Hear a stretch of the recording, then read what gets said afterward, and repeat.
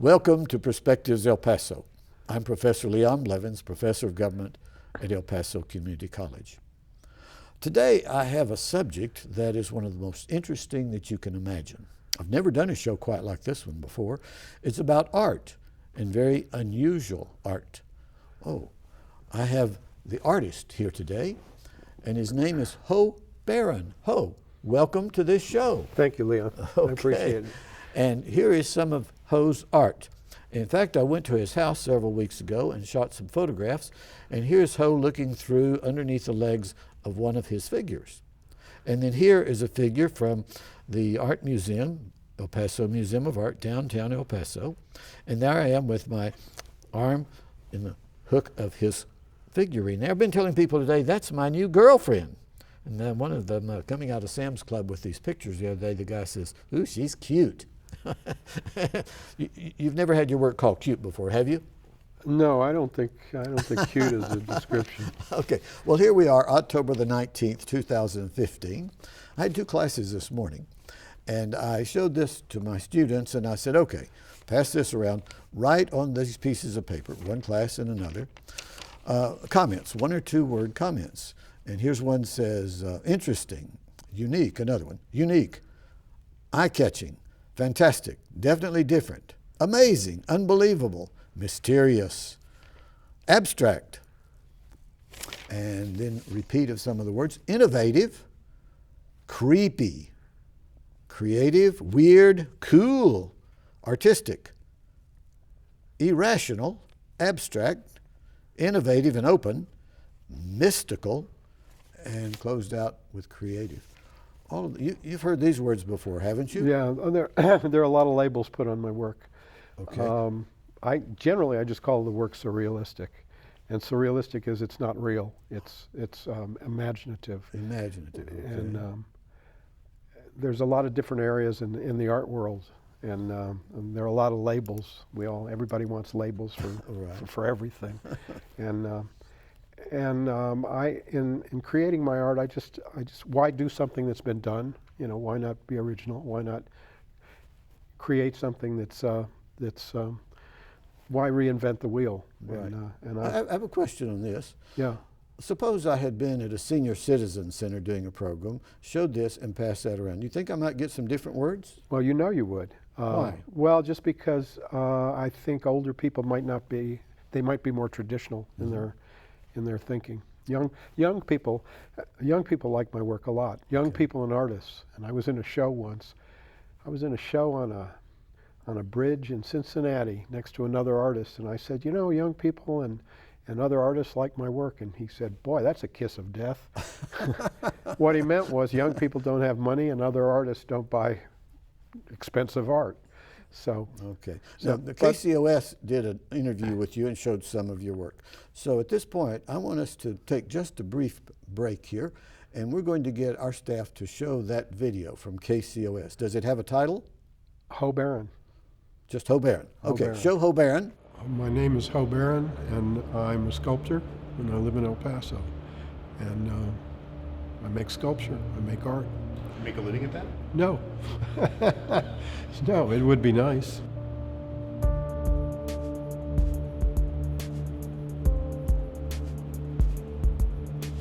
Well, yeah, I'm from El Paso. I grew up in El Paso. I left for 25 years, and I came back to El Paso. And I started working in sculpture in 1980. It just captured me. I had been doing art for many years of various sorts, just for pleasure, and because creating art is exciting, and I see my art as intuitive. My style is not a trained style. It's not technically perfected. It's gut. I call it surrealist art. Some people see it as fantasy. Then there's areas of art today called outsider art, and my work fits within that realm, I believe. It's a primitive form of expression, creating a three-dimensional form without an intention to create reality.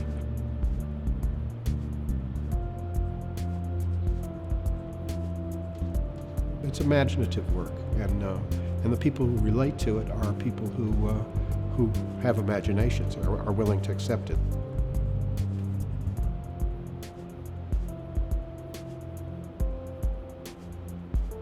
In a lot of contemporary art, there is a lot of message, but there's no form, there's no substance.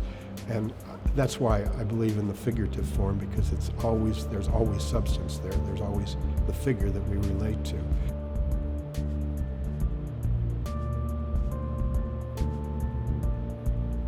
I don't have a wide background in art history or a lot of training in art. And that's why I think I've come to art fresh.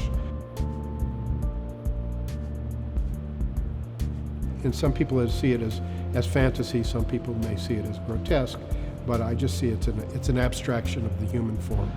And some humorous aspects, with the tongue sticking out.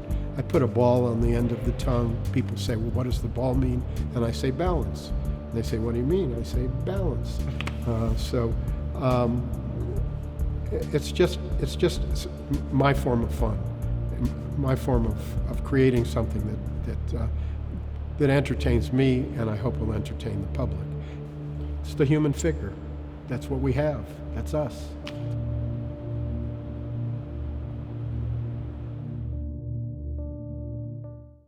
Welcome back. Wasn't that interesting? Now, Ho, you showed me that at your home a few weeks ago, and then you gave me a little tour, a walking tour around your house, inside and outside on either side.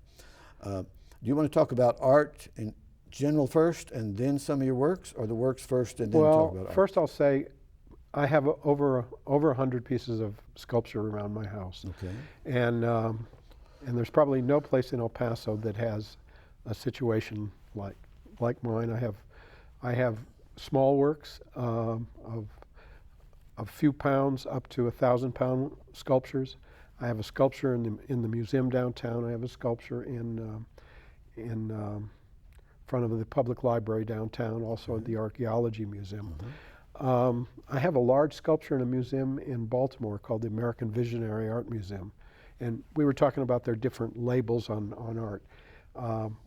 One label is visionary art. There's naive art, primitive art, tribal art, tramp art, and then the sophisticated, classical art, neoclassical, and so on and so forth. And I consider my work outsider art, in that I'm doing, and visionary art. That museum thought of my work as visionary. Mm-hmm. Visionary being I broke new ground. I've done something that hasn't been done before. My work is, you wouldn't see my work anywhere else. Now, what do you make these out of? Well, I make them out of clay initially, and then I make a mold, and then they're cast in bronze. Most of the works around my house are bronze works. Mm-hmm. Some are cement, some are in resin. There's a foundry in Juarez I used over the years, an art foundry, mm-hmm. that cast the works for me. I spent thousands and thousands of dollars in casting my bronzes. So your yard and your house, that's really an art gallery, in and outside? Yeah, I call it a sculpture garden. And I mean, there are sculpture gardens all over the country, all over the world, and I created a sculpture garden. Okay, tell me some of the works that I saw closest to Piedra Street. It's Piedras, and what's your cross street there? Aurora. And a lot of the city, this is on that side. What else do you have over there? I have another piece. Well, this is called Doppelganger, mm-hmm. which is two figures linked together. Mm-hmm. And I have another piece called On the Upside Down. Most of the pieces that you see from Piedras are acrobats or contortionists. Mm-hmm. And because I was really kind of influenced by Cirque du Soleil. I'm pretty astounded by mm-hmm. what the human is capable of doing with their body. Right. So I reproduced these images in three-dimensional, and I modeled them in a style I developed over the years. I've been doing sculpture for 35 years. Okay.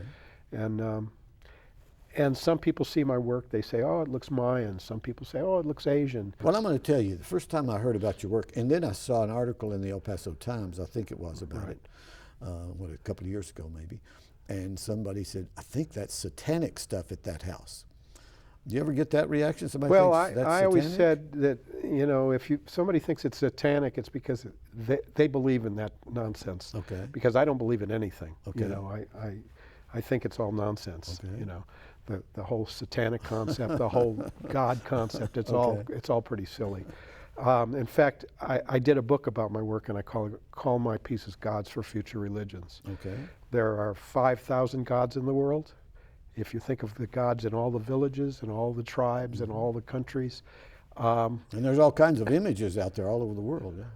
Yeah, and basically, you know, Carl Jung, who was associated with Freud. Freud Right, thought everything was sexual, and Carl Jung contradicted him and said that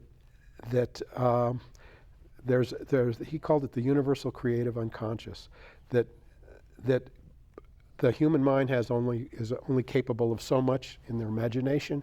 So every place in the world there's the male god, the female god, the child god, the soldier god. Well, okay. So this is from your imagination. So I wrote a book called Gods for Future Religions. Okay. And it's kind of tongue-in-cheek, making fun of religion, but I created a mythology, and I put my figures into the mythology. And What's on the east side of the house? What's over there on the east side? well, the east side is what we're seeing, right? I mean, pardon me. The This west- is the east side. The west side. The The west opposite side of is Piedra more Street. sculpture. And in my basement I have 2 apartments, and one of the apartments is filled with small sculpture. You know, I created all the, I worked over the years, I was a librarian at the community college at Trans Mountain, and before that I worked in a family business, a pawn shop downtown, and I made the sculpture just because it was my passion. Everyone has passions. If they don't, why don't they? You know. Anyway, it was my passion, and I always thought I would be able. I think my work is unique, and I always thought people would buy it. You know, you build it and they will come, kind of concept. Well, it's not that easy. I mean, the art world there are a million artists in the world, and we're in El Paso, in a remote part of the country, not a particularly sophisticated art conscious city. Right. So I became the collector. I've sold some pieces here and there, and I've shown my work in a lot of areas in the Southwest. But I'm the collector, and I decided I'm tired of hauling them. I'm in my 70s, so I'm kind of tired of hauling them around to shows. These are big. They're big, they're heavy, and I'm not a big, strong guy. Right. And so I decided my audience is El Paso. This is where I live. And so I placed them one by one over the years on Piedra Street so people could see them. And the whole story about being diabolic, I hired the bus bench in front of my house that says sculptor, so people know that they're diabolic. I'm not. I'm a sculptor. I'm making fantasy images. I call them fantasy images. Okay. Yeah, they're imaginative images. I should admit, you said you were a librarian at Trans Mountain. Right. A longtime friend of mine married you, Carrie Ann Gardner. Right. Who's a And- librarian also. Oh, she is a delight to work with. I can Yeah. tell you that. Well, I met her in the library. That's a great place Yeah. to meet somebody Yeah, and fall in we're love. fellow librarians. But Remember that in the audience there. A good place to meet someone and fall in love and end up getting married is the library. Or art openings. Okay, tell us about, how did you get into art? Is it young child? What Well, was your fantasy? Did you do line drawings, doodling, or what? I have a master's in English and a master's in library science. I started out as a writer, and writing is a lot more difficult than art, because it's a lonely process. It's hard to get people to read what you've written, and I knew what great literature was, so I tried to write great literature, and that was my failing. It wasn't free flowing, and I went from writing into, I did photography. I always had a dark room, and then I got into pen and ink, and pen and ink is a whole other story, because that's another story. I have 500 little pen and ink drawings. I saw those. You have some of those kind of in a basement area. You Yeah. told me that you started them out the line Though drawings, and then you colored them I in. color them with Photoshop, Okay. and they're real interesting, I think. But of course, I think they're interesting because they're mine. You're right. So I spent a couple of years in Belgium in an artist commune They were cartoonists in Antwerp. I was there actually 4 years. And art became a way of life. And when I came back, then I was a librarian in Philadelphia, and I went to the Philadelphia College of Art, and I took a night course in sculpture in 1980, and that captured me. And I've been doing sculpture ever since. Now, you weren't doing this format. What kind of things were you sculpting back then? More human characteristics? No, than I never did realism. No realism? No, I never did. I always said my camera can do realism, and so my drawings were not realism. They were just fantasy, loose, imaginative. You know, in my life, I've always wanted to do imaginative, creative things. I love traveling. I've been to over 40 countries. The world is wonderful. The mind is wonderful. You know, the sciences, we examine the facts of the world, and in the arts, it's what our culture is. It's our expression. Did you ever do a large piece and you actually kept the time that it took you to do that? Do you know how long it took you to do this? Well, it was done in stages. Okay, done in stages. Yeah, so I can't say specifically. Also, when it goes to the foundry, it takes them a while to produce it, because I make it in clay, then I make a mold, and then from the mold, it goes into wax. A wax is made, then another mold is made, and then the wax is burned out, and the bronze is poured in. It's a real process, and that's why sculpture is expensive. Where did you do all of this? In Juarez. Well, I did it in my home. Yes. But also there are places in Juarez that have the capacity to do that. There's an art foundry. I started in Santa Fe. I went to a foundry there. I did for a short time in Tucson. But I found this family in Juarez that does art foundry. Do you have a favorite work? Wasn't it because of what time you put into it, the emotion that went into it? Yeah, I mean, I have pieces I think represent that I favor more than others. But you know, when people see my work, they might favor another No, piece. sure. But I mean you. No, it's just my body of work. And I always called them gods for future religions, because it's my little spoof on religion, you know, as if the world is going to listen to me, you know. Big deal. But I have a book called Gods for Future Religions, and it's available, and I talk about my feelings about art, and I put my pieces into Carl Jung's philosophy of the universal creative, and I created a mythology, and I intersperse it with anecdotes about my life, and Would you want to put up a telephone number or a website if anyone wants to contact you about it? Maybe that you might sell a piece. Well, they can come by my house. They can call me. You know, I'm really available. I'm on Piedra Street. Okay. You know, if I'm not busy, I'll walk people around. And if I'm busy, I'll say, well, go ahead and walk around, you know. Does that happen sometimes? Yeah, I have. Strangers say, I want to find out about this. Yeah, I have strangers come by. I've had art classes come by, and I had the sculpture students from UTEP at the house the other day. Yeah, my house is an art destination in El Paso, and it's listed in the El Paso Times, and you know, my house is listed as a site worthy of checking out. Your house is almost 100 years old. You're almost a historical site, right? Yeah, but I'm not almost. Well, I'm getting to be 100 years old. The house. The house is 100 years old. Yeah, right, and Piedra Street, and it's you know, in the center of the city, and. Well, what kind of works are you doing now? Are you just doing line drawings? Well, have you retired from most of this? You know, my two big trees in front of the house froze a couple of years ago. So on one of them I put the Buddha, and the other one is just a big stump, and I'm working on a big head to put on it. Okay. And I'm not going to cast it in bronze. I've spent enough money on bronzes, and I'm going to cast it in resin, in plastic. Well, one of my associates that teaches something besides political science stopped me in the hall a while ago, and I was coming out with this and showed her, and she said that she'd been by your place, and her favorite is the figures that have been done that have foliage growing up around it. Okay, well that piece, I call it the water god.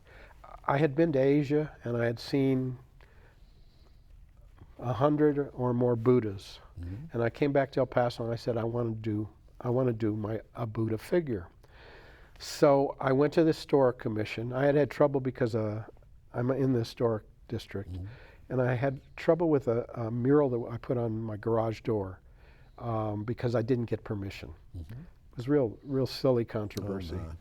Oh, my. City council argued for 45 minutes whether I should leave the mural. Well, anyway, they favored the mural. Tilney, a mayor from years ago, broke the tie. So anyway, to do my Buddha figure, I went to the Historic Commission and I said I want to do a Buddha-like figure, and they gave me permission. I said I'm not going to change the nature of the house. It's going to be on a stand. It's going to be movable.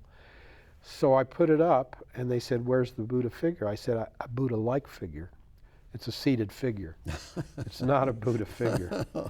And I have and I put the vines on it because the vines make it otherworldly, exotic, from another culture, another time, and I call it the Water God. There's a video on YouTube called the Water God. I have 7 videos on YouTube that I've created, and then the one KCOS created. So if anyone wants to see a bunch of my work on YouTube, it's available. And you're listed on Google and some of those sites there. I'm all over the internet. I belong to the sculpture organizations, and I've had shows, and I've had shows in San Diego, Santa Fe, Albuquerque, Austin. A lot of work I've shown in Austin. I haven't hauled my work. Going far is just too much work and too expensive. I drive somewhere it always costs me $1,000, $2,000. I don't necessarily sell anything. And now you're not working as a librarian anymore, are you? No. I retired actually I was part-time, so it was never a real retirement. I just quit. So you have to be careful. You have to watch those pennies as you're. Yeah. Especially with the coming changes in the world. Who knows what's going on? We all have to watch our pennies. If you hadn't gone this direction with your art, what other kinds of art have you enjoyed? Well, I write letters to the editor. I still write. That's an art. Yeah, I write letters. I write letters to the editor against Republicans. That's since Reagan. I've been writing letters to the editor against Republicans. I went back to my drawings from years ago, and my pen and ink drawings. And to do my book, I had to learn Photoshop. And then I realized, because I wanted my images to float in my book, not in frames. So I had to learn Photoshop. I took an online class, and I realized I could color my black and white pictures, my pen and ink drawings. So I'm going to have a show in about a month in Vinnie Bronson's cafe in 5 Points of my 5x7 drawings. I had one in the Rock House a month or 2 ago, where I sell my little pictures for my 5x7s for $20 and my bigger pictures for my 8x10s for $30. And those are one of a kind, or are those prints? They're prints, but they're not one. But they're good prints. Well, they're good prints. They're actually photographs of the original drawings. Okay. I got into doing that because I saw a show in the Contemporary Art Museum in Boston of a guy who had a whole wall of little pictures. And I thought, God, that guy got into the Contemporary Art Museum in Boston, and my pictures are better. So I went back to my pictures, and anyway. Have critics said things in newspapers? And yeah, I've been compared to H.R. Geiger. H.R. Geiger. I am not H.R. Geiger. Describe H.R. Geiger. H.R. Geiger is one of the greatest fantasy illustrators who's ever lived. There's a museum of his in Switzerland. Okay. And my book was reviewed by two different reviewers, and they compared me to H.R. Geiger, which is a real stretch because Geiger was unbelievable. Well, that put you on a high, didn't it? Yeah.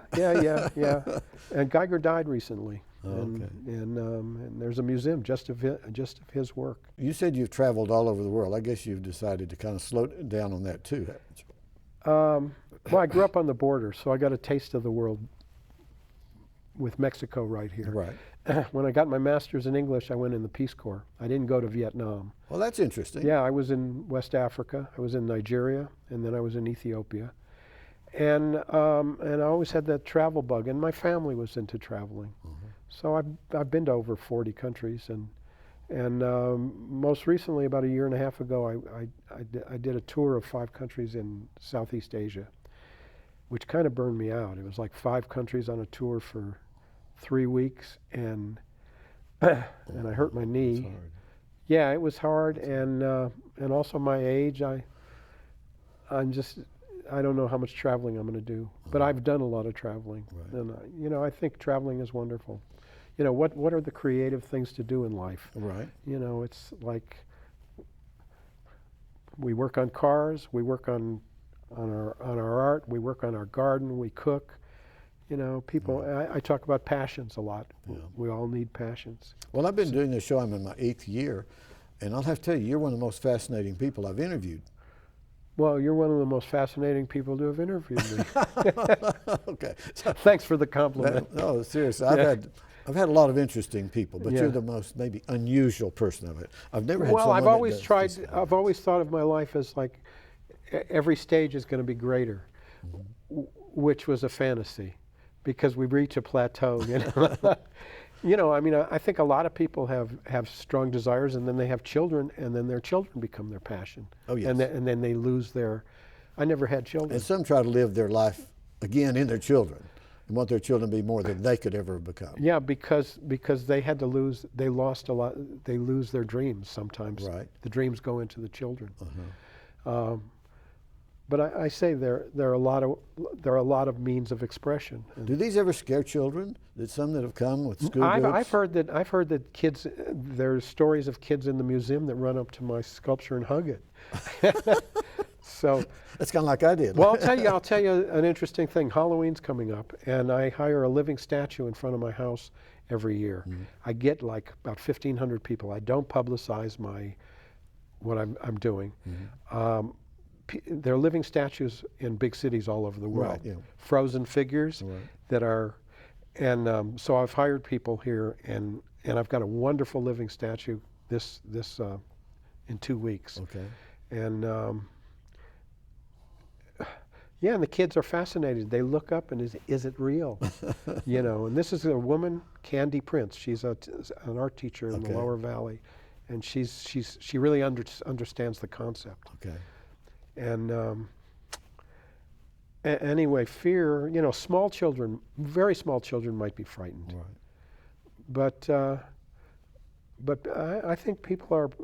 Everybody knows my house. Not everybody knows Yeah, me. lots. I don't know. It's the unusual is why are kids enthralled by the Living Dead movies on TV? Right, I mean, that's beyond me. But some people think of my work as grotesque, but I say they're just fantasy images. Oh, gosh. And over the years, I developed what I call motifs. Okay, we have about 1 minute to go. We're very down on time. Go ahead. What are we going to say? Yeah. Oh my gosh. In 1 minute. Well, to me, you're a bit of living sculpture in El Paso, Texas. We haven't bronzed you yet. We haven't done resin on you yet. And I don't know what's going to happen after you're gone. Maybe we can do a something. Well, they resin or say, something. people say, oh, your work you'll be famous when you die, and your work will be worth a lot of money. I say, hey, good luck.